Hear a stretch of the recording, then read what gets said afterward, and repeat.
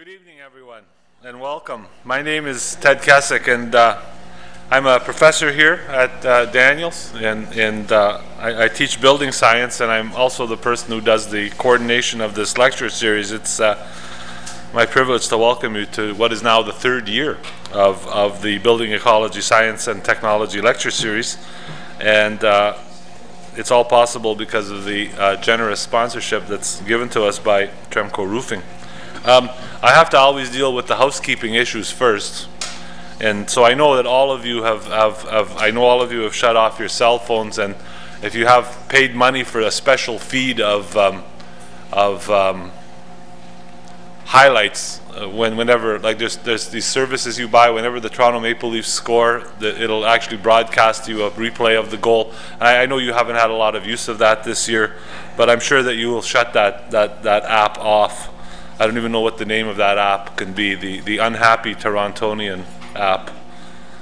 So we'll do that as well. Now, if you're responsible, and you should realize that you are, for claiming your OAA structured learning credits, they keep changing the names of these things. So you know, you can do that completely on an honor system, because somehow I was able to cut that as a deal with the people at OAA, and it's actually the right way to do things. You should know that. So there's no sign-up list. You just basically remember that you came here on this day, and that's it. So that part's good. The business cards are there for two reasons. One, if you want a copy of the presentation emailed to you in a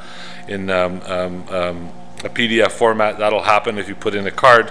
And then of course we do have a draw for a complimentary book, which our speaker will make at the end, and so that's the other reason that you might want to put your card in there. And as you know, following the lecture we have snacks and refreshments, and all of the snacks and refreshments, or the soft drinks, are free.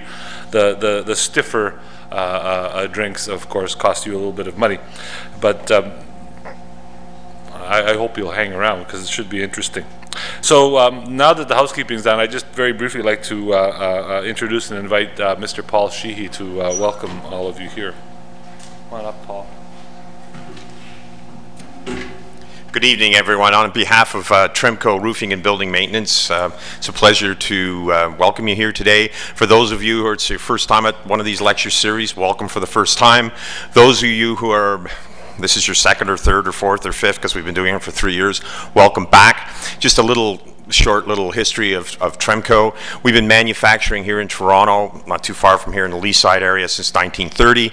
And usually I finish right about now in terms of my introduction, but I thought, given our topic tonight, that perhaps I would just go on a little bit. We have three facilities at our campus in Leaside, which is about 400,000 square feet of building and 12 acres of land, and we are a zero landfill site. We take in 55 million pounds of various chemicals every year, and absolutely nothing goes to the landfill site, and including used cans, you name it, nothing. So if anybody ever wants to take a little visit to our site, you're more than welcome. Thank you, Ted. Turn it back to you. Thanks, Paul.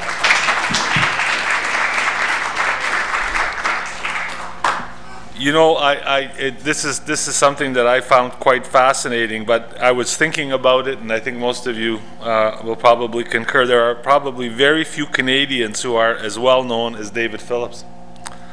And in a country like Canada that is obsessed with the weather, this is fully understandable. We are weather nuts in Canada.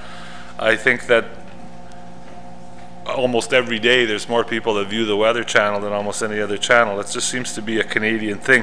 And at the same time, I always have to extend my sympathies to Dave, because he has the difficult job of often breaking news that is not what we are hoping to hear about the local weather, or the long-range forecast, and how these are being influenced by climate change. Now, today is an exception, and rumor has it that somewhere when the Cold War talks finally sort of resolved themselves, that we ended up inheriting the Soviet weather machine, and that in fact that David runs that machine. And today he was coming here, he wanted nice weather, he dialed in almost a record-setting temperature. So but he will not confess these things because I think they're still top secret. But somehow he pulled this one out of the hat. I don't know how, and I'm glad he did because it's a lovely evening.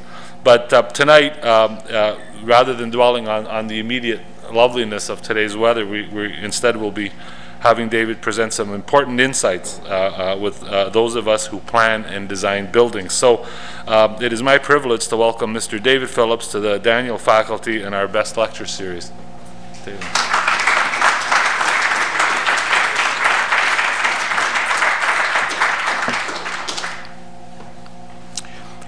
Well, thank you, Ted, very much for those very clever and very entertaining introduction.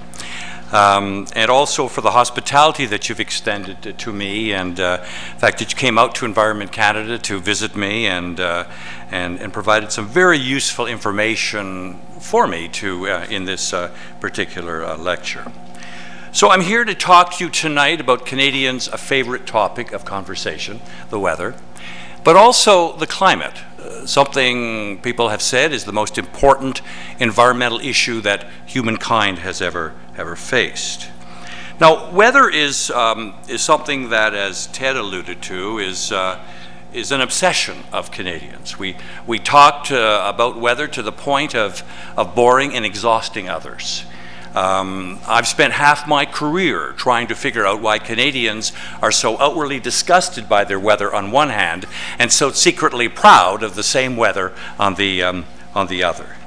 But you know, it's not something that we have the market cornered on, this obsession, this passion for weather. Americans from Montana to Maine talk about the weather like Canadians, are interested in it because they have very similar weather. But it's not something in the United States that is talked about from one season to the next, or it's not a national pastime like it is here in Canada.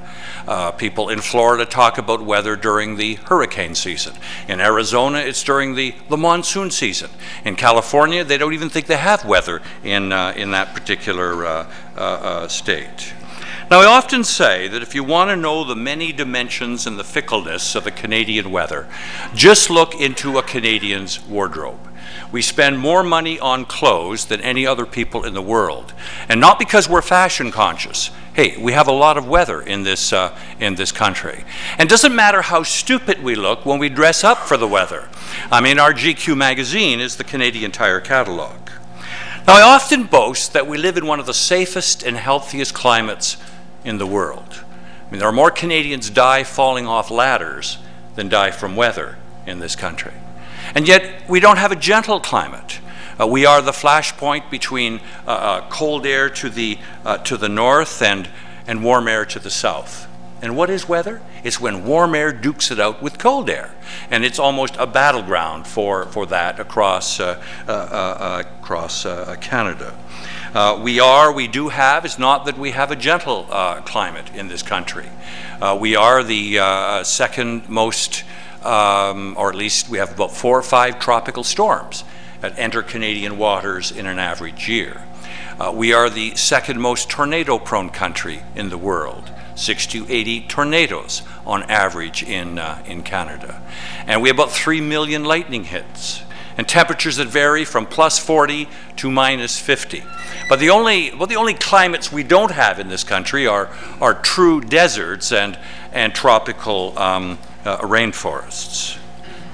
Now, the vast majority of Canadians have said that they think that something's happened to our weather, that we seem to have been cursed and clobbered a lot harder and more often in recent years. It's almost the stuff that occurred on the other side of the world to a society different than ours, but that we seem to be getting more than our share of these kinds of extremes of weather. It's almost the stuff of Hollywood catastrophes. And sometimes weird weather occurs, strange sightings, things falling from the sky. But it's almost as if it's almost the stuff of Hollywood catastrophes. Hailers and deluges and ice rains and super typhoons and weather bombs. Now, I could spend a whole lecture here today talking to you about some of the extremes of weather that we have seen across this country in, say, the last decade or so.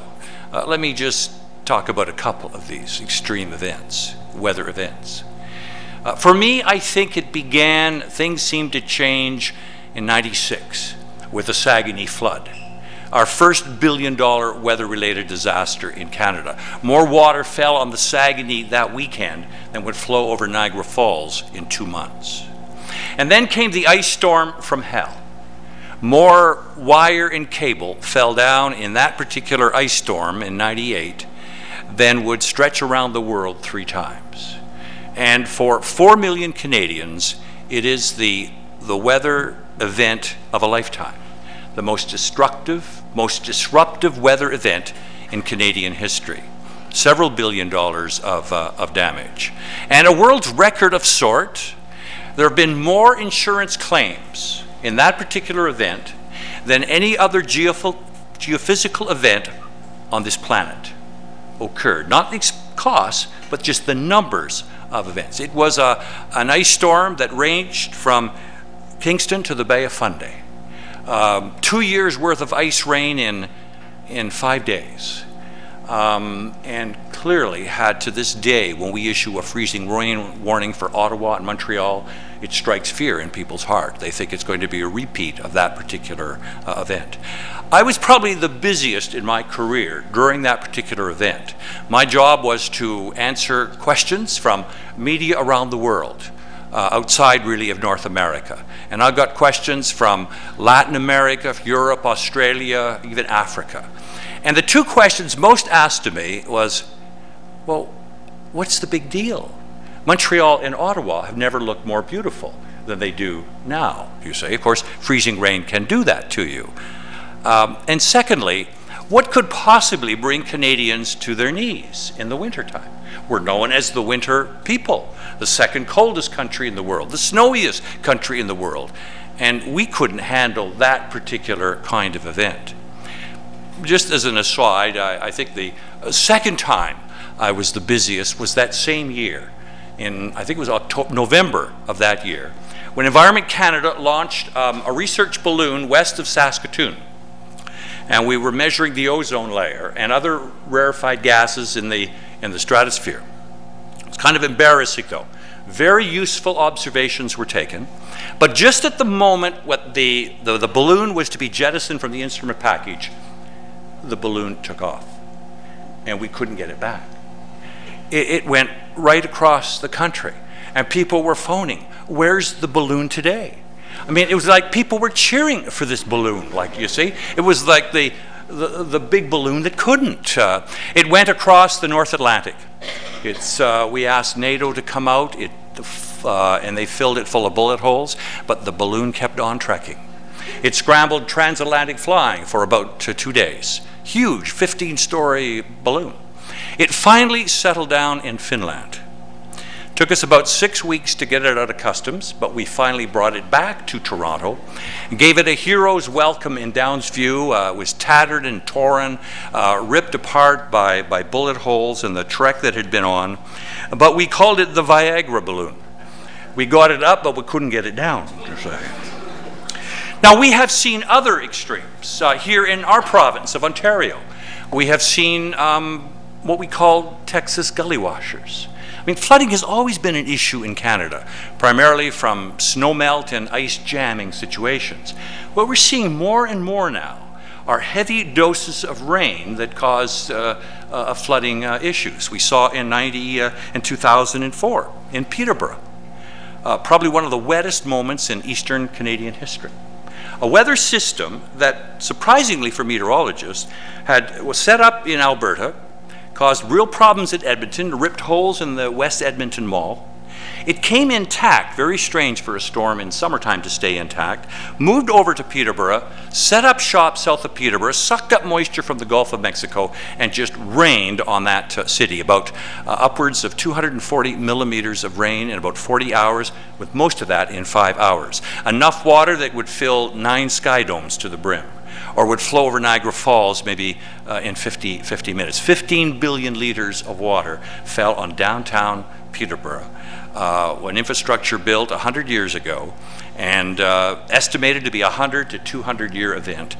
couldn't handle it. Many cities in North America could handle that kind of event. And then a year later, on a Friday, a 90-minute garden variety thunderstorm. Oh, it caused a couple of minor tornadoes near Guelph and Orangeville, came into Toronto. The north of the 401 dumped anywhere from 110 to 180 millimeters of rain in about 90 minutes. It was a far greater intensity than Hurricane Hazel, filled 15,000 basements for raw sewage. The insurance, until this year, was the second most disastrous, expensive disaster in Canadian history. And it also created sinkholes in Finch Avenue. And 4 years later, another sinkhole in Finch Avenue, large enough you could drive a fleet of cars in there or a four-story building. And so we're seeing more of these kind of situations. I may just continue. On the prairies, the last 10 years, that decade began with some of the driest conditions ever seen, even drier than the dirty 30s, and it ended with some of the worst flooding that they've ever seen. Last year, flooding on the Assiniboine River, estimated to be once in 330 years. Flooding on the Manitoba Lakes, estimated to be a 2,000-year return period. It was, in fact, it beat everything. It was almost the longest duration of flooding, the most intense, and the greatest area covered in flooding on the prairies, and we saw it last year. On the prairies, they've had the first only F5 tornado in Canadian history, west of Winnipeg. F5 tornado, you'd have to walk, if you walk by your property hit by a F5 tornado, you'd have to walk by 4 or 5 times to realize that you live there. And all the building materials would be in the next county, and even the soil would be gone under that kind of tornado. We've seen in the prairies, we've seen billion-dollar hailstorms and frosts, are real big-ticket items for the economy. In Calgary, 2 years ago, in a July afternoon, 2:30 in the afternoon, a hailstorm, $400 million, the most expensive hailstorm in Canadian history, occurred on that particular occasion. A 20-minute hailstorm. I mean, ice balls the size of hardballs, falling at 150 kilometers per hour, bouncing a meter off the ground. It's surprising that nobody was killed or seriously injured in that particular event. And then it just passed November in that same city. We saw on Grey Cup Day a supercharged Chinook that brought incredible winds into the city, into really southern Alberta, and caused, in that city alone on Grey Cup Day, $200 million damage. The winds at the airport were about 95 kilometers per hour, but at a 54th floor of one of the tallest skyscrapers west of Toronto, winds were clocked at 150 kilometers per hour. So the scary thing about all of these disasters is they could have been worse. I've never met a natural disaster that I couldn't somehow embellish in terms of the intensity, the timing when it occurred, or where it occurred. Even the ice storm would have been far worse if it occurred north of Montreal instead of south of Montreal. If it had cut off all those transmission assets from the James Bay, it would have had to evacuate Montreal. If the winds had been stronger, very surprisingly, it was the hardest ice rain nature could produce, but the winds were relatively light. If they had been strong, it would have been even a more serious issue. You know, I think that the professions represented here today, the landscape design and building sciences and architecture, we have had a very good association between yourselves and climate and weather. It's hard to imagine, I think, disciplines that are more sensitive to weather conditions than your particular profession. And historically, we've been together. We've supplied lots of information, of data and information to people in your particular profession for a myriad of applications. For example, in terms of the design of solar and wind energy, requirements for heating and cooling, for example, the snow loads and wind and pressure and ice loads on buildings have been useful climate data and information that have been provided for design purposes. In terms of minimizing erosion caused by wind-driven rain or temperature fluctuations or freeze-thaw cycles or assorted pollutants or solar radiation. There have been some excellent cooperation and partnerships that have occurred in those areas. And looking at excessive moisture leading to mold and fungus, clearly an issue in your particular profession and something that we're well positioned to provide that kind of information. In the mechanical and chemical weathering of building materials or stockpiled inventory, again, some excellent applications in that area. And of course, in the rainfall intensity duration analyses for basement flooding and stormwater management, it's a long and glorious history of providing that kind of information. And of course, in building code and regulation, there's been a close association. What I wanted to do, I have a lot to cover tonight and not a lot of time to do it in. So what I'm going to have to default to is stating some realities, some observations without elaborating on them. And hopefully in the question time, maybe I could go back and talk about some of these things. But I wanted to state some things without giving a lot of detail and explaining it. The first observation I would like to make is that the world is warming up greater now than it has in a long time. And there is some strong evidence to suggest that people are at least in part responsible for some of that warming. That's the first observation. Secondly, the warming is occurring everywhere, in every ecosystem, in both hemispheres, and every environment. When you look at the information, you see that everything is, maybe some are warming up a little faster than others, but clearly there's only one direction the temperatures are going, and that is up, up, and up.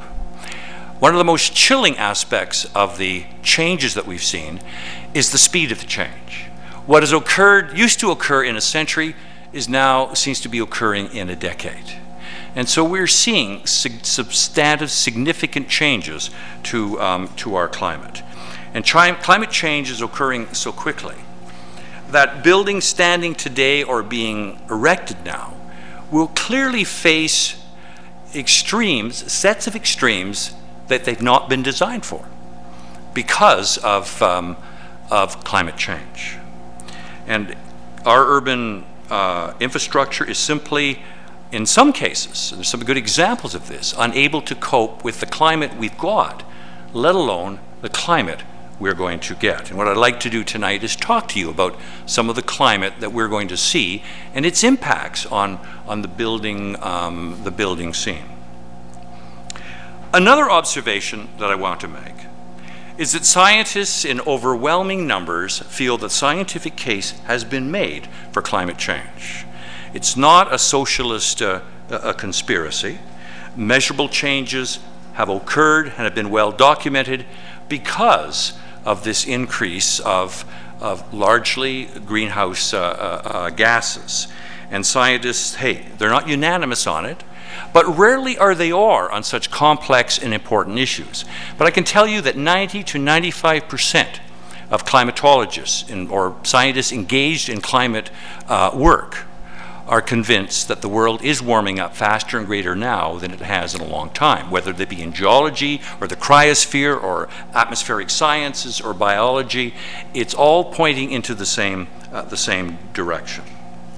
And you see, there is a belief that there's a new agent of change. You know, when you look back over the history of this planet, you can reconstruct the climate up to about 1970 by looking at external forces like the dimming and brightening of the sun, volcanic activity, the astronomical changes in the Earth's tilt or its orbit can all be used to construct the ice ages, to look at times when the world was warmer, even warmer then than it is now. But when you look at the data globally from about 1970 on, you cannot explain what has happened, both the trend and the variability in the weather patterns, without factoring in human components or the anthropogenic kind of warming.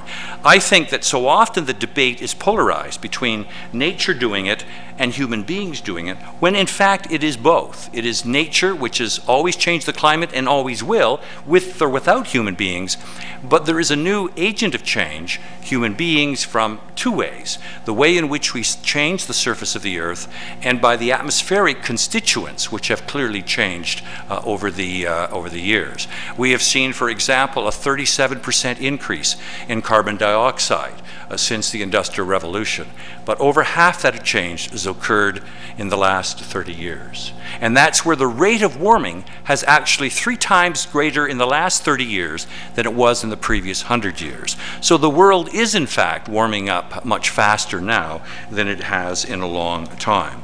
So I think the general belief now is that climate is no longer just a physical factor. It is, in fact, weather is a product of our economy and of our lifestyle and our way of life. I mean, you have genetically modified foods. Well, hey, you have also humanly modified climates. Now, scientists are now also becoming increasingly reluctant, or less reluctant, to make that connection between extremes of weather and warming temperatures. It used to be, I'd often say, you know, you can't, when you look out the window, you can see weather, but you can't see climate. But now, with recent research in the last couple of years, that there is clear evidence to suggest the kinds of extremes that we're seeing would not have occurred without, at least in their character, their personality, would not have occurred without the kind of warming, the kind of changes that we've seen in our climate. We know, for example, storms are 7% wetter now than they used to be.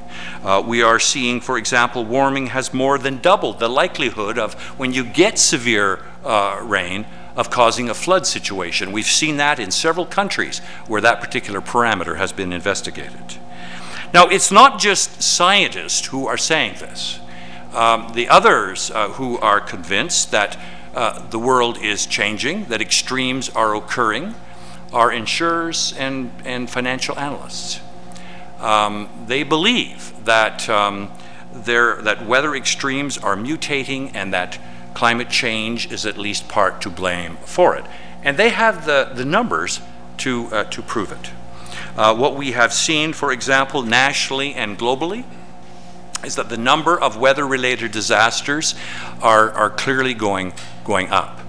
And its natural disasters have increased dramatically in the last 30, 40 years. Here's a diagram that shows you, for example, that the weather and flood-related disasters have gone up dramatically since the 1960s, where yet the geophysical events, the tsunamis, the earthquakes, the volcanic events have really been flatlined. And we've seen that kind of analysis around the world.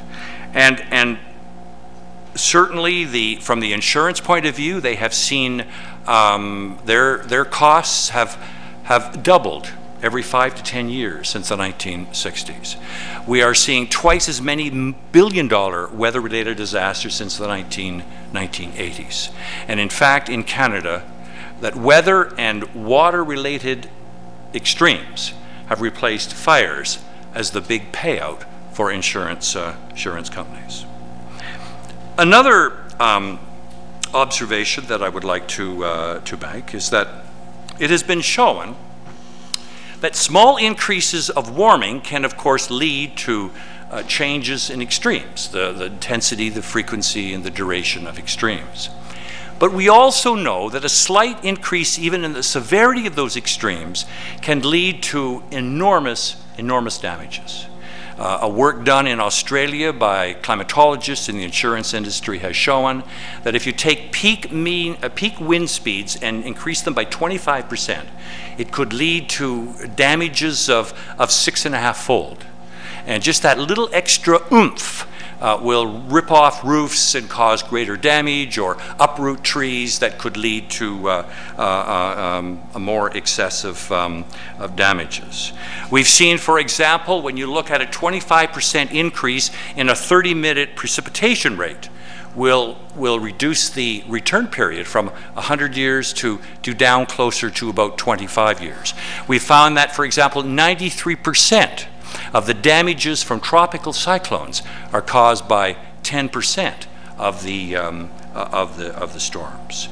Now, quite possibly, these kind of extremes, these kind of damages that we've seen could be caused by climate change, greater extremes, could be poor design, or it could be poor workmanship, or even micro effects. We know that you build a building and immediately it changes the microclimate in that particular neighborhood in terms of the wind stresses or precipitation or rain penetration into nearby buildings. But it's also known through forensic analyses of after disasters that there have been some major weather events that there wouldn't have been as much damage if people had followed the building code. For example, in Hurricane Andrew in '92 in the United States, well-known and documented evidence to suggest that about 25% of that damage would not have occurred if people had in fact followed the building code. Now, in a few minutes, I'm going to show you the kind of changes that we have seen in climate across the globe, nationally and locally. In other words, how have the temperatures, precipitation, and wind regimes changed over the last, say, century or less?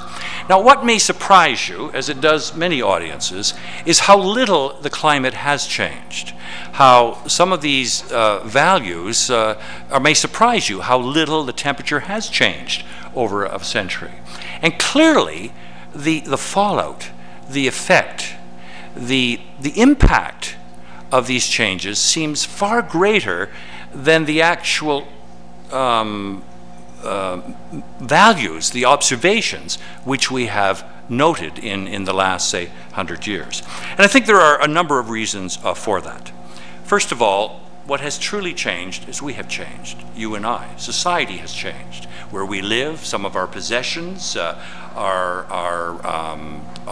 building materials, our clothing, our transportation plans, all of these have changed. So these little hits of the past have become major blows because, hey, the climate may have changed, which we think it has, but clearly we have changed. I mean, consider the fact there are twice as many people living in the world now than lived there 40 years ago.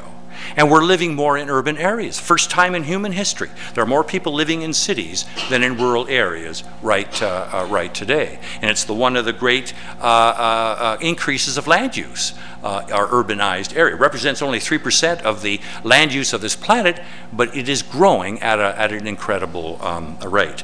And when you take people out of the countryside and you put them in the city, maybe it's hard for nature to find you, but when it finds you, there's usually a big impact that occurs because of that.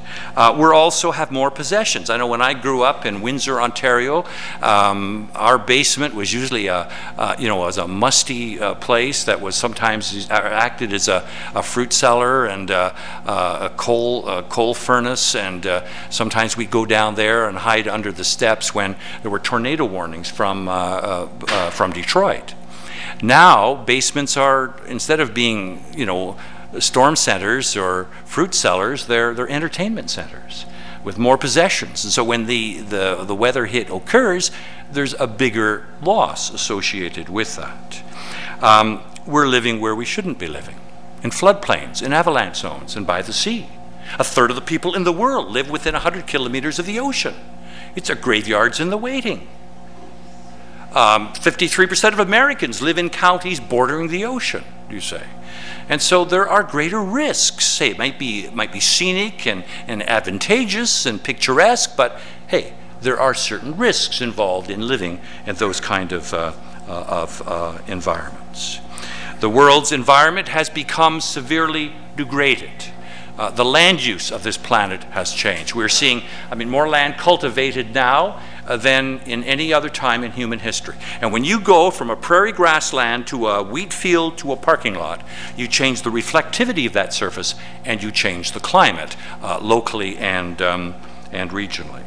The landscape has been radically engineered. We're draining wetlands, we're straightening rivers, we're reclaiming land.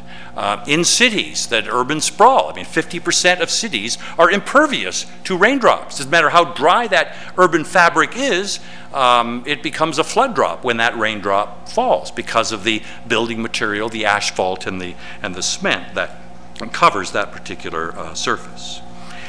We are also seeing cutting down trees at a rate that we lose on this planet about the amount of forest area, about the size of Portugal every year without replacing it.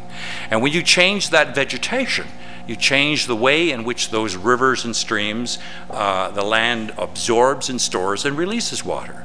We're seeing huge structures on river courses. I'm not suggesting we go back to wooden sidewalks and dirt parking lots, but the point is we are changing the surface of this earth, and this has a dramatic effect on the hydroclimatology. Some of the mighty rivers of the world are mere trickles because of the hydrologic structures that appear on those rivers. I mean, 100 years ago there were no dams in the world over 15 meters. Now there are 40,000. Now, where is the evidence, though, of climate change? Well, let's take a look at it. If we look at the planet, we can see, and you've probably seen this graph, this slow, relentless kind of change upward. Stick a thermometer in the planet, and it is showing global fever. We're seeing this rise. Hey, 3/4 of a degree in 100 years. You couldn't sense that if you walked out there. But it represents, for every square centimeter of water and land on this planet, an unprecedented kind of change. And I've said that the rate of warming in the last 30 years has been triple that of what it's been over the last century. We have also seen Canada has warmed up, not evenly. We're probably more warming, of course, in the west and the northwest, less so in eastern Canada, but in dramatic changes. When old-timers say to me, the winters aren't what they used to be, they're absolutely right about that. We're seeing incredible warming of conditions. And winters, more than springs, more than falls, more than summers. So it's not uniform in every season, but clearly our winters are quite different. And this winter only adds to the kind of trend that we have seen in winters across the country. We have seen annual precipitation has increased by 8 to 10%. More snow in the north, less in the south, but more precipitation, more rainfall occurring in southern Canada than 100 years ago. And we're also seeing, of course, in the north, incredible changes because of a changing permafrost. If you look at northern Quebec, the permafrost is the active layer has increased from about 80 centimeters in the 1990s, early 1990s, to about 120 centimeters today, and leading to more landslides and snowslides and very difficult situations to our Arctic people. I mean, the first victims of climate change are the northern peoples. The ice is so dramatically different, thinning and shrinking, more search and rescues going on. Can't build ice roads anymore. If the ice roads are built, they can take half the bearing strength, they can half the period in which they can function. Huge economic hit for northern peoples because of those kinds of conditions. The infrastructure, I mean, walking through a schoolroom in the north is like walking through the funhouse. Windows don't fit frames. Buildings are being condemned and abandoned because of the rampant changes in the melting permafrost and the kind of design that or the effects that it's having on northern infrastructure. And even the wildlife. My gosh, the Inuit had to hold a conference about 7 years ago to come up with new words for, robin and magpie and cougar and dragonfly. They'd never seen these creatures before, and now they were clearly evident, and they wanted to have words for these particular creatures. Now, in the South, we go to lectures on climate change, or we listen to documentaries or discussion. It's not kind of an in-your-face kind of an issue, but yet it's happening. I mean, I could point out a lot of examples for you of how the climate has dramatically changed, and it's just that we're not as observant as we used to be. And I go into schoolrooms and I talk to children and students and I say, describe the sky to me in walking to school. And nobody ever can. It's almost like visual muzak, you know? It's not, our ancestors were great observers. They could study the atmosphere and observations and had a much clearer understanding of change than we do. But, you know, I always think that nature kind of forewarns you before it gets you. You know, there are no surprise attacks here. There's no sneaking up on you and biting you without you knowing about it. I mean, you think in a tornado, my gosh, a tornado, it looks like an elephant's nose. It can be green if it goes over, or red if it goes over a beet field. It's often dusty and dirty because of the debris that's blowing around. It's a green sky just before it hits. And the sound.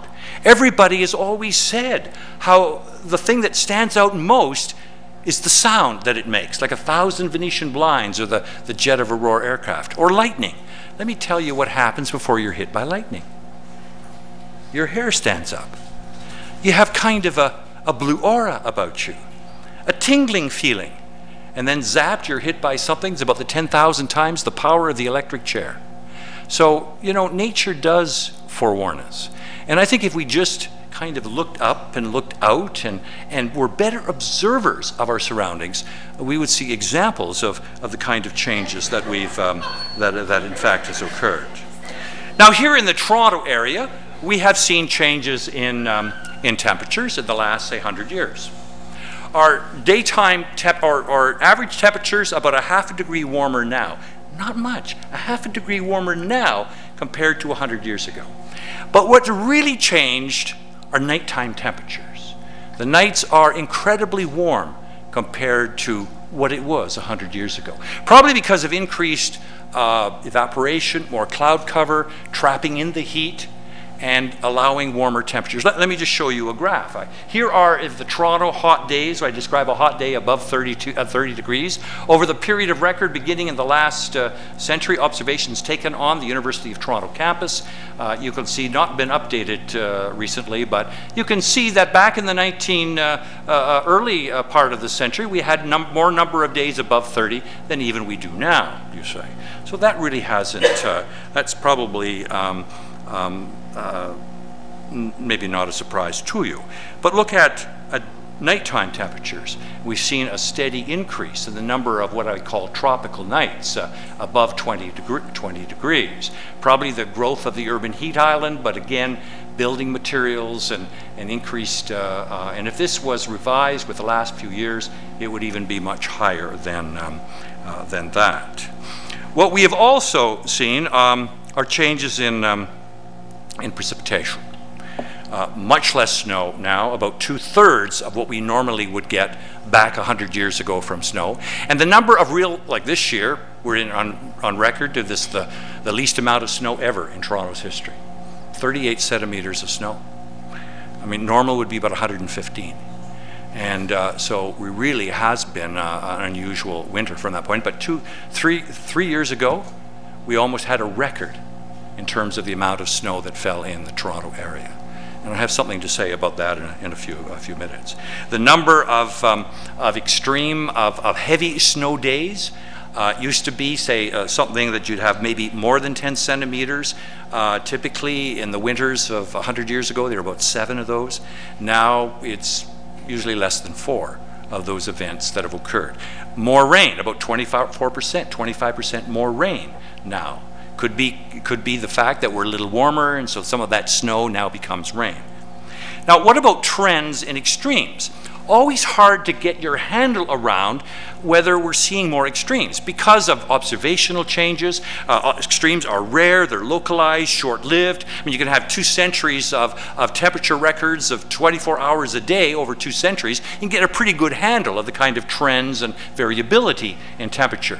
You can't with extreme events. What we do know, though, by looking at the data, is that we seem to be seeing more heavy rain days. I mean, prior to the 1970s, we saw in the Toronto area rainfalls above 25 millimeters a day.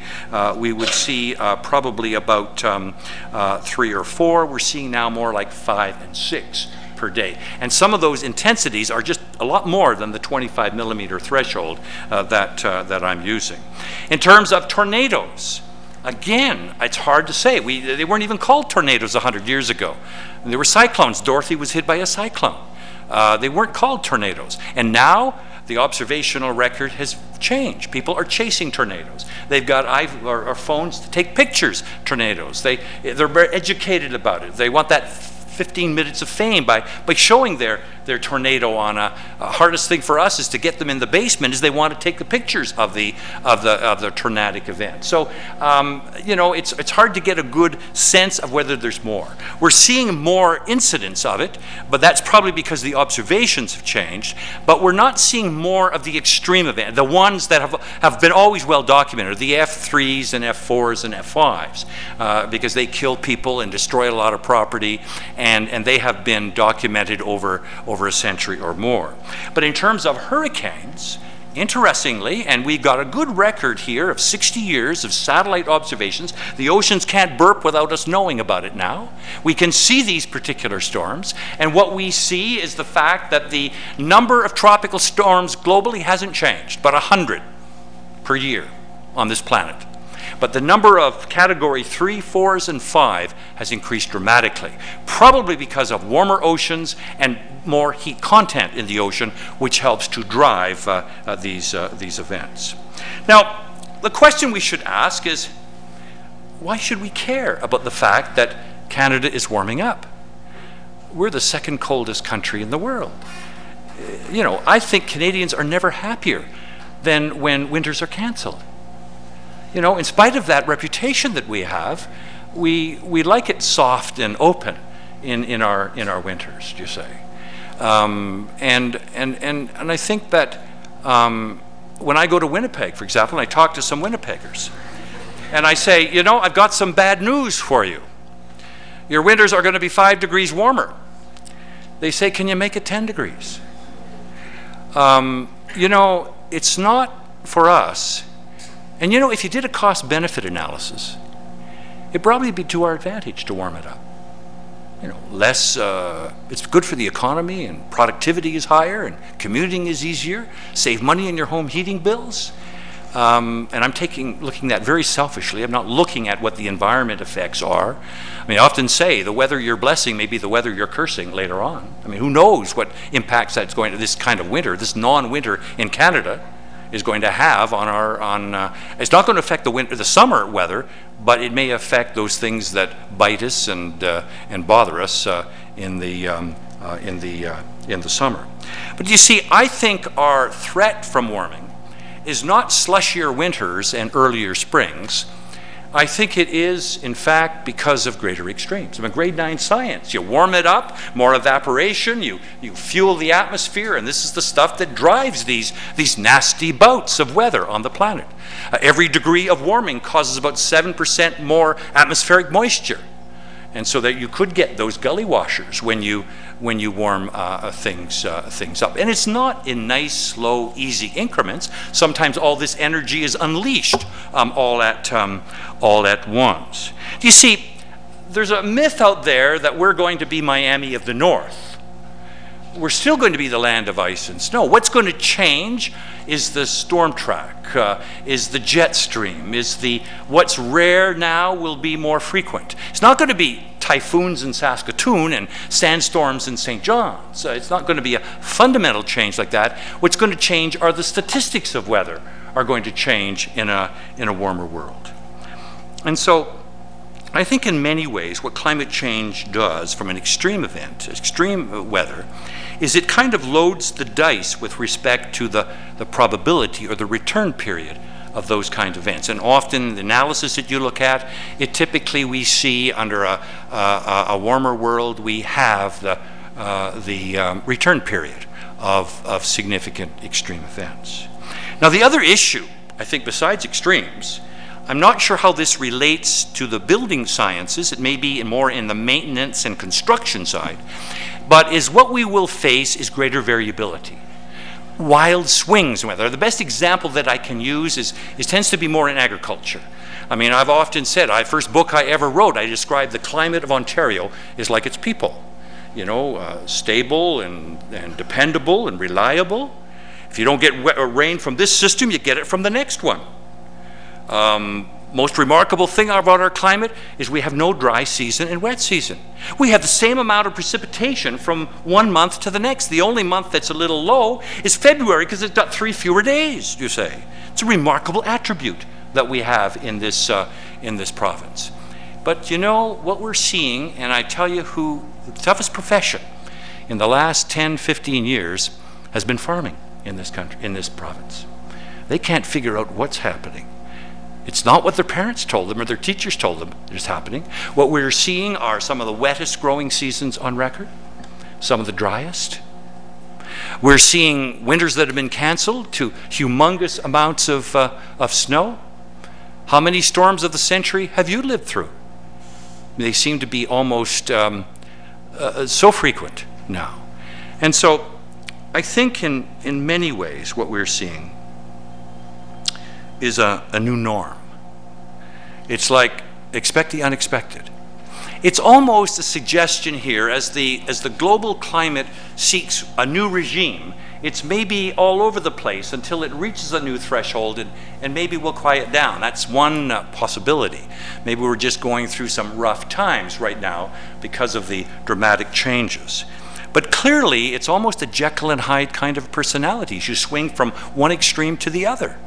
I mean, the normal is now the least likely thing to get, and everything we do is based on normal. We build buildings based on the norm. We plant crops. We take holidays. We plan strategies based on normal weather. And it just isn't happening, you see. Now, let me give you a forecast. Not this summer. That would be too difficult. I'll give you a forecast for the 100 years from now. And because none of you will be around to know whether I was right, do you see? So it's a safe forecast, I think. We clearly know that it's going to be warmer. We think that the temperature increases, our models have suggested for southern Ontario. In fact, in many ways, very simplistic, what we do is we look at, say, from a thermal point of view, go to 800 to 1,000 kilometers to the south and extrapolate that northward. So this would give us the climate of Kentucky. And a lot of Ontarians think, ooh, bluegrass, that sounds rather inviting.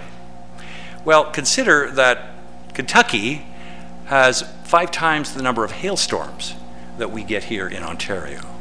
It has more F5 tornadoes, or more F category 3, 4s, and 5s tornadoes than any other state in the Union. And we've never had an F5 tornado here in Ontario. So that's a little worrisome. But clearly we see warmer conditions. We see in the next 20 years as much as Ontario's warmed up in probably the last 60 to 80 years. And by the end of the century, we probably will be about 5 degrees warmer than we are now in winter and summer. Probably more likely winter than summer, but very close. I mean, that is how much it's warmed up in the next century, how much it's warmed up in the last 1,000 centuries since the Ice Age. So we're seeing a dramatic warming, our models are suggesting. We're seeing in terms of wind speed. We think that the winds will increase. There's a lot of controversy about this because typically winds would be powered by differences in temperature. And if everything's going to be warmer, if those Arctic is less cold and the north is more warm, it's hard to see where we could see those increases of wind speed unless they are more convective to more unstable kind of situations. Then it's probably that's why we could see probably about a 10% increase more in wind speed. We'll face clearly water issues. Probably too much water sometimes, but most often too little water. And we're a water-rich country, but we will clearly have problems. I think there will be more discussions between Canada and the United States over water than any other issue in this century. And because we'll see about a 5 to 10% increase in precipitation, our models are suggesting, they're not all agree on this, temperature they do, but not necessarily precipitation. But we'll have, with higher temperatures, there'll be a greater demand for moisture, so soil moisture may go down 20%. So clearly there are going to be water issues, particularly low water issues. And of course there will be When it rains, it'll rain in heavier doses. More of the rain will fall in extreme events. And it's not a contradiction to suggest that you may have flooding and droughts in the same kind of season, because the atmosphere will be more recharged, but it will take longer to recharge after a precipitation event. So you could have both. And clearly there'll be water quality issues because of when you have standing water, more algae blooms, and the odor and the taste of water, and also with lower dilution rates. Hey, those will clearly be more toxins. So there'll be a whole host of problems from water quality point of view. And we know through scientific evidence, very good documented evidence, to know that about two-thirds of the waterborne disease outbreaks have occurred in months preceded by a heavy rainfall event or the month prior to that. So we know that with heavier doses of rain, you have the higher. We saw that with Walkerton in the year 2000. So what are really the impacts? You know, it's easy to predict temperatures in the next 100 years. You're going to have these models, and they can tell you what the temperatures and other elements are going to be, and they're pretty good. You know, I mean, probably the thing that irritates me the most is that people will say, "My gosh, you can't even forecast the weather tomorrow. What are you telling us in 100 years it's going to be like?" Well, it's a different product. I mean, we're forecasting detail for tomorrow. What we're saying in 2090, we're not saying what July 1st is going to be like. We're saying what that decade, on average, what the character, the personality of the summers will be like, or the winters. We're not specifying detail or for a particular location. But trying to guess what the impacts will be on people, places, and things is pretty difficult. We know that grape growers can hardly wait. Hey, not for ice wine. That'll be history. But Canada will be, Southern Ontario will be a great place to grow grapes, and it'll beat up the competition elsewhere. But you know, snowmobilers may find it a little bit more difficult. They might have to make snow or cover it in tarpaulins or drive somewhere else to find snow. So clearly there are going to be obvious winners and losers. And certainly from farming, I can go on and on about how farmers could hardly wait for climate change, growing different kind of foodstuffs and more productivity. But gosh, on the other hand, there are going to be more insects and weeds and diseases. And you know, one of the great things about Canadian climate, Canadian winters, it kills all the vermins and varmints, you say. It almost resets the clock for us. We don't have those pests and diseases that other people have. And now what we're seeing is, I mean, the pine beetle in British Columbia is a good example of that. I mean, it used to be eradicated by cold temperatures, and now not only is it surviving, but it's thriving in milder winters. In the Great Lakes area, year-round shipping. But we'll have to have different kind of ships because the Great Lakes won't be as great. We see probably a meter drop in lake levels. Higher levels in the seas because of melting, but greater evaporation on the lakes, no ice, and so there'll be clearly some advantages there. In the Arctic, my gosh, what we're doing now is we're building the new Panama Canal, the third one up there, cutting 7,000 kilometers from Asia to Europe. On the top of the world during the warm season. Could be an economic bonanza or an ecological disaster. And try cleaning up an oil spill in ice-infested waters. Now, changing climate will pose many challenges for the built environment. I think that what we have seen as acceptable standards in the past simply won't work in the future because of the changes in climate that we are seeing. I mean, some of the obvious changes are evident to you. I mean, less demand for winter heating and snow loads. Although it's interesting with snow. I sometimes say to people that in the Great Lakes area, we may see more snow before we get less snow. Because one of the big triggers of snowfalls in the Great Lakes area is the open lakes. And if the lakes become ice covered, it cuts off the snow. So if they're open longer, there's the potential there for some heavy amounts. There's also a little bit of truth to that myth, is it ever too cold to snow? So in some areas in Canada that will warm up, you may very well see more atmospheric moisture, and so the potential there. But eventually, winters will become so mild that, in fact, we'll see more winter rain than snow in that particular period.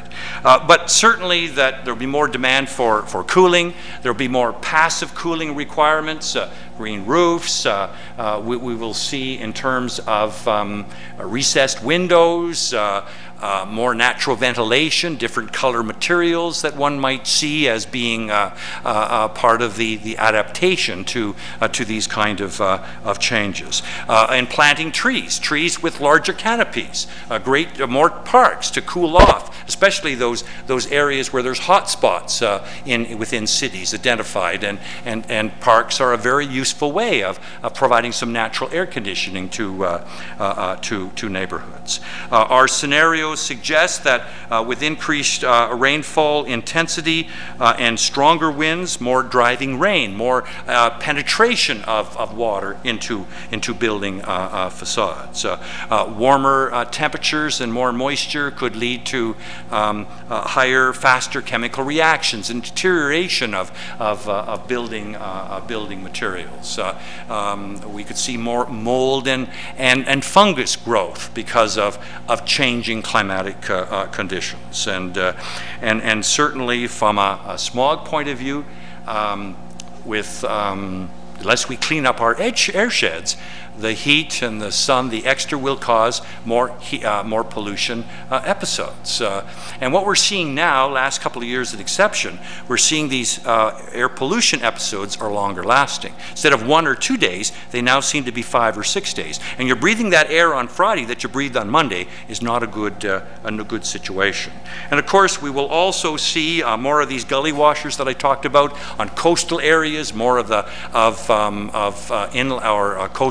coastal flooding, and also what we've seen kind of last year in some parts of Canada, when we got very warm temperatures. And I'm thinking of Winnipeg. Now they have a different kind of soil, almost a gumbo kind of clay there, and what they were seeing when temperatures got up to about 37 degrees or higher, they found there were huge cracks in basement foundations, 5 centimeters over 2 weeks, and you had the incredible scene of homeowners watering their foundations at times during those heat events. So let me kind of wind up, talk about what we should do about it. Well, when I talk to Canadians about the weather and the climate, there seemed to be a concern of the fact that the world is warming up, that Canada is warming up, that there's increased extremes of weather. But it's not an in-your-face kind of issue.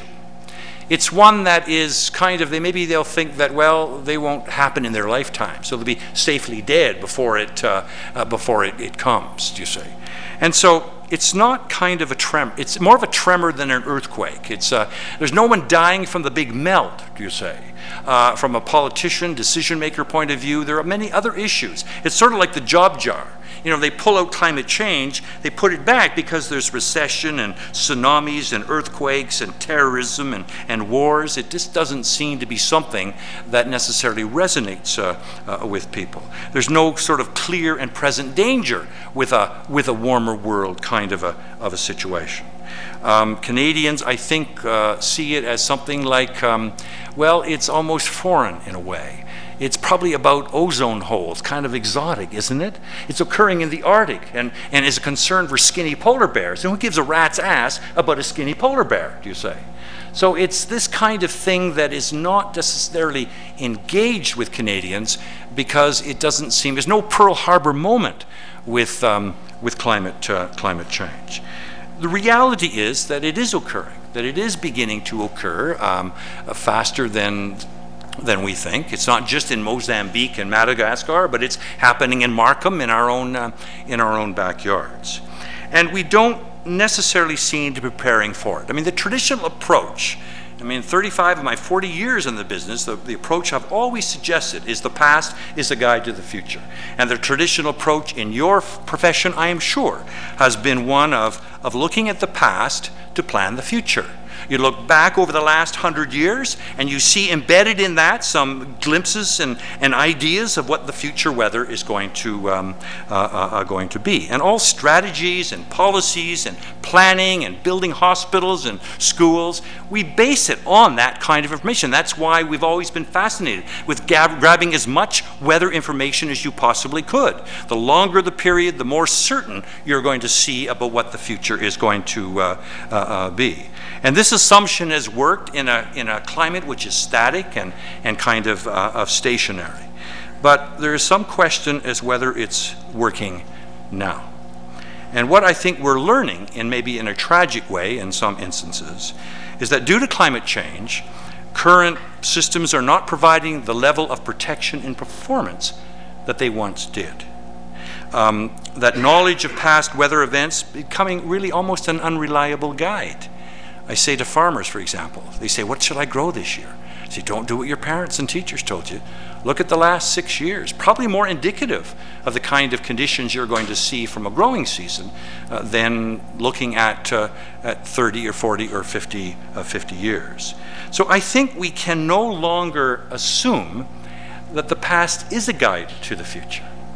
I think that what we have to, our existing infrastructure is designed for a climate that no longer exists. I think that famous American philosopher Yogi Berra had it right when he said the future ain't what it used to be. And I think we need to set standards for infrastructure, for design, based on the climate we're going to get, not the climate that we have had. And I think this invites a discussion, of course, of building code. You know, I think we've always had a very close relationship, my profession and yours, with providing information and data to upgrade the building code. And it has been a very slow kind of motion kind of process that happens. I know there's a lot of conflict that sometimes exists between architects and designers and developers over what is over-design and under-design and what have you. But I think it's important that we continually update codes and update them to reflect the changing climate, the new reality of the extremes, and our better understanding of both climate and building sciences. And I know the problem is enormous, because if you plan building codes, design them based on observations, but the observations are occurring so dramatically, do you take scenarios which have a lot of uncertainty? The science of climate change has a lot of uncertainty, and do you in fact use that to design or to enrich the building codes? Because the practice in the past has always been to look at climate phenomena as a static and stationary kind of phenomenon. In fact, we know that doesn't exist anymore, that it's changing faster now than it used to. And I think from my point of view, from my side of things, we have great concerns about the integrity of our data. And we seem to be having to claw back on observational records and not filling in gaps in the network that we have. So there's big issues there. So hey, let me wind up and say, what should we finally do about it? Well, I think the issue of climate change needs to be taken seriously. Just because we don't know everything doesn't mean why we should ignore what we do know about it and sit on our hands and wait for science to come up with all the answers, because it won't, you say. I think that fatalists will suggest that nature's going to get you, so you might as well just grin and bear it. But I don't think there's anything inevitable about disasters. I think you can't prevent that hazard from coming your way, but you could prevent it from becoming a disaster by adapting and planning with that in mind. And I think that what we need to do is do it on many fronts. I'm not really one that a great trying to influence people on mitigation, cut back on our fossil fuels. We're not going to do it to the degree that we need to do it. I mean, we need to begin it to show that it's not the boogeyman that it is, to save a little bit of time until we can get some maybe technological fixes. And we have to do more than just burying it and trading it. We have to wean our way off this insatiable appetite for health reasons, for economic reasons, and for finite resource reasons. But what we really have to do is something that we're good at as Canadians. We need to adapt to changing times. We've been dealt a tough weather deck in our country. I mean, who would have come here if they'd been given an honest description of what our climate was like 100 years ago?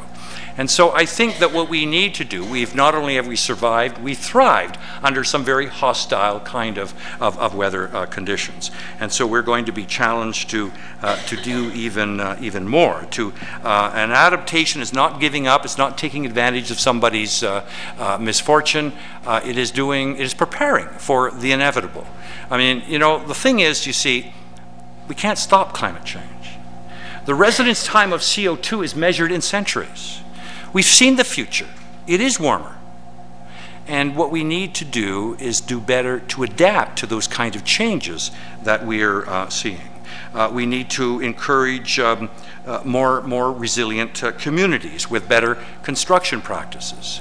I think that make climate adaptation a precondition for development approval. I mean, if you're designing something that's going to have a lifespan of more than 20 years, then it may not be sustainable. You've got to work in that understanding of climate change. We need to, I think, restrict or relocate critical facilities like power generation, transmission structures in less vulnerable situations. And above all, we have to abandon that policy of design, build, and neglect. You know, we just have not kept up with the infrastructure, public infrastructure in this country. There's a huge deficit of public infrastructure. It's estimated by the Federation of Canadian Municipalities of $31 billion just in waste treatment plants.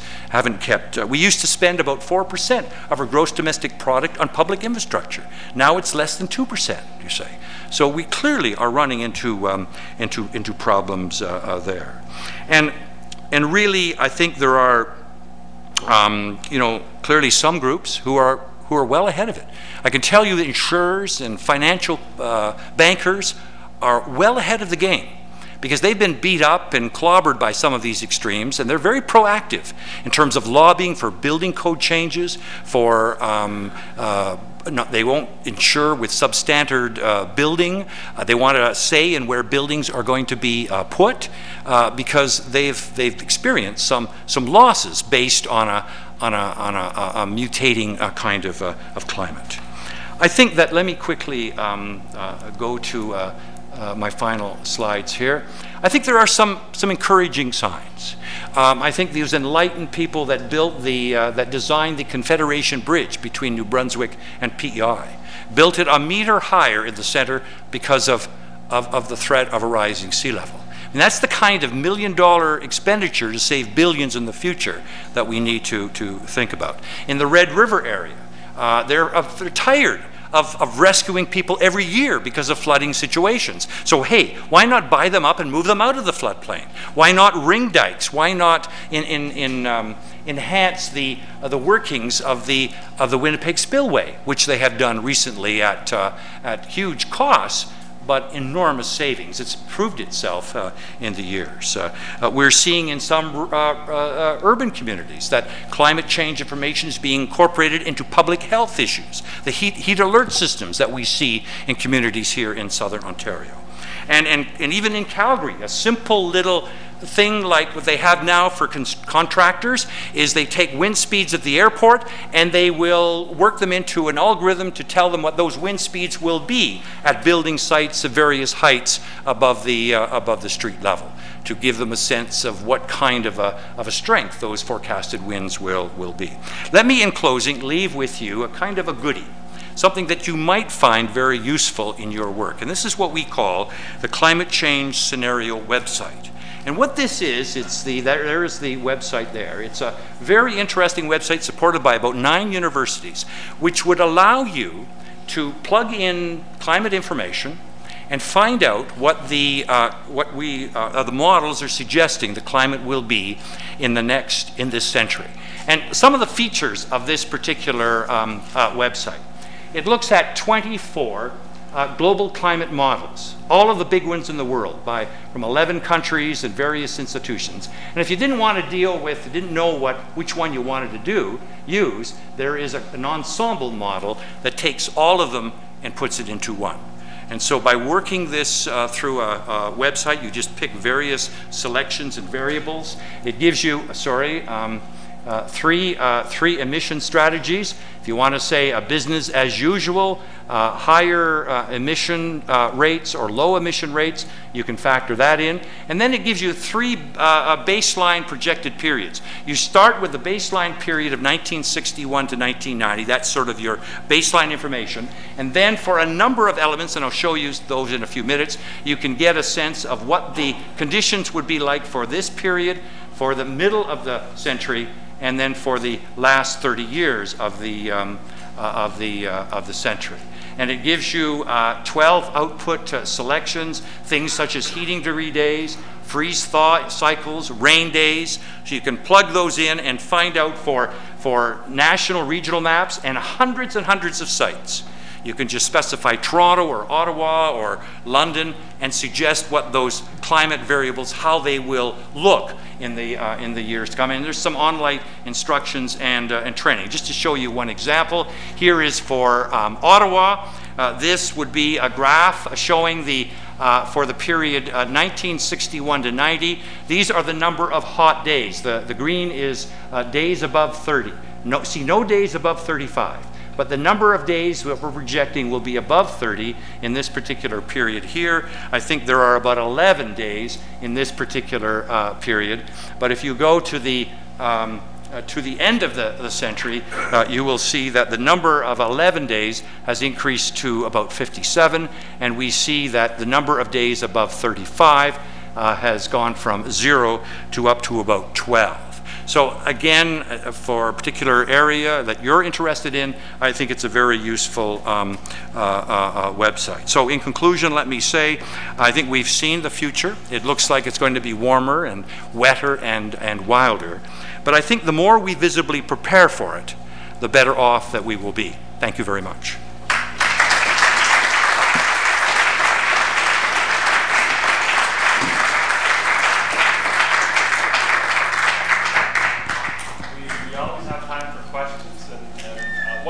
I think that's really interesting. Take the microphone, just because we're recording.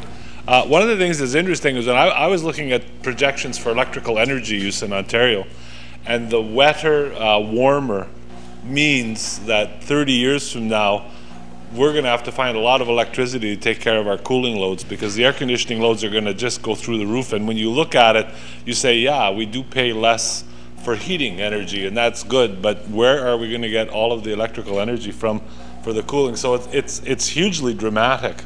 And when I think of it from a building science perspective as to how I'm wanting to design things that are going to be around, and I know they're going to be around 50 to 75 to 100 years from now, I'm imagining the difficulty that I'm going to have negotiating with clients and working with you people in the design community to say to these people, you know, the responsible thing is to do such and such, and they're going to say, well, come on, that's like science fiction, that's like completely off the wall. And you say, no, the people are going to look after it, and they're going to say, you guys knew better, you never did it. So it's going to be, I think, immensely challenging. But anyway, if you have to ask a question, you have to use the mic. So anybody?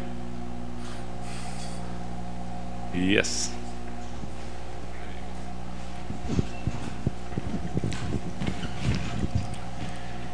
Thank you. Just for a short one, just the recent news we hear some European scientists are talking about ice age kind of thing coming opposite to warming, global warming. What do you say about that? Well, sure. I mean, I'm not looking northward to see where the ice front is these days. You know, I mean, clearly we know that what we're saying about climate change is not ruling out the possibility of ice ages. I know that, for example, in Great Britain, they're talking about over the next 30, 40 years cooling conditions because of the slowdown of the Gulf Stream. So there are various forces acting on this planet, natural forces, but now for the first time some anthropogenic forces too.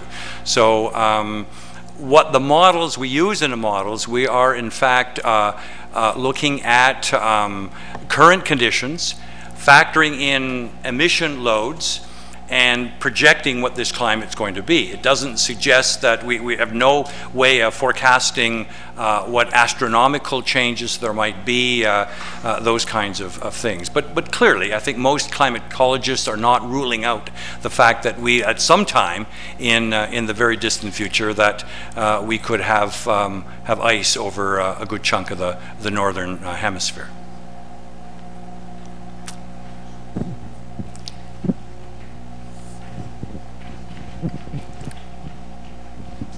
Hi, I'm a landscape architecture student, and one of the issues that always comes up is should we be planting natives, or what is native, or if the climate is changing, should we be using a planting palette that's more appropriate for a hotter climate that's going to occur? Sure. You know, it's a good question because, you know, if these forecasts are correct, if they're then what should we be doing in some particular professions? I mean, I wouldn't suggest to a farmer in Woodstock that he would do something now to take advantage of change in the next 30, 40 years. I mean, he's obviously interested in the growing season ahead of us. I mean, there have been some people for the clay belt in northern Ontario have, for example, tried planting soybeans, for example, unheard of 10, 15 years ago. And they've had sort of some success. So they've been maybe wiped out once in 3 years, and obviously they can't allow that kind of risk, or so they've backed off. But I think in planting trees, it's sort of a dilemma, because, you know, it's going to say, you know, trees planted now, when the time they in fact come to maturity, they may very well be growing in a different type of climate. I know that in some communities, for example, I've heard recently that in Chicago, the state tree, they're not going to be planting it now because it's going to be under severe hardship in 30 or 40 years when it's mature, under the kind of climate they're going to have to plant there. So clearly the strategy of planting the right trees is crucial, but when you think about trees that are going to be harvested now or in 30, 40 years, they could very well require a different tree planting now. I mean, there's great, we will see the maple tree is going to be greatly under stress because of climate change. So